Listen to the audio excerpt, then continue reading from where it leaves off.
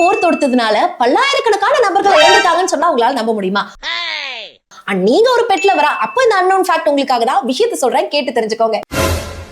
13வது நூற்றாண்டுல 9வது போப்பாண்டவரா இருந்த கிரேக்கரே பூனைகள் மீது போர் தொடுத்தாரு. அதுவும் குறிப்பா கருப்பு பூனைகள் மீது. இந்த மாதிரி கருப்பு பூனைகள் மந்திர தந்திரவாதத்தோட தொடர்புடையது. குறிப்பா இந்த சூனியம் வைக்கிறதுக்கு, அதிர்ஷ்டம் இல்லாததுக்கெல்லாம் இந்த கருப்பு பூனைகள் தான் காரணம் அப்படின்னு இந்த கருப்பு பூனைகள் மீது போர் தொடுத்து அதை அழிக்க உத்தரவிட்டாரு.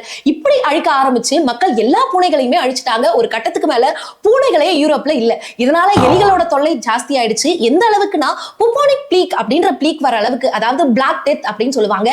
இந்த பிளாக் டெத்தால பல்லாயிரக்கணக்கான மக்கள் அழிய ஆரம்பிச்சிட்டாங்க. பூனைகளால அதிர்ஷ்டம் இல்லாம போயிடும், மக்களுக்கு ஆபத்து வரும் அப்படின்னு நினைச்சு அழிக்க ஆரம்பிச்சு அந்த பூனைகளே இல்லாம இவங்களுக்கு மிகப்பெரிய ஆபத்து வந்துருச்சு. சோ நீங்க ஒரு பெட் லவர் அப்படின்னா இந்த அன்னோன் ஃபேக்ட் தெரிஞ்சு வச்சுக்கோங்க. ஒருவேளை உங்க ஃப்ரெண்ட் ஒரு பூனை லவர்ப்பா அப்படின்னா இந்த அன்னோன் ஃபேக்ட் இங்க பாருப்பா, பூனைங்க பின்னாடி இப்படி ஒரு ஹிஸ்டரியே இருக்கு அப்படின்னு சொல்லி ஃபார்வர்ட் பண்ணுங்க. அந்த மாதிரி நிறைய அன்னோன் ஹிஸ்டாரிக்கல் ஃபேக்ட்லாம் தெரிஞ்சுக்கணும்னா கர்ல் ரிப்போர்ட்ஸை சப்ஸ்கிரைப் பண்ணி வச்சுக்கோங்க.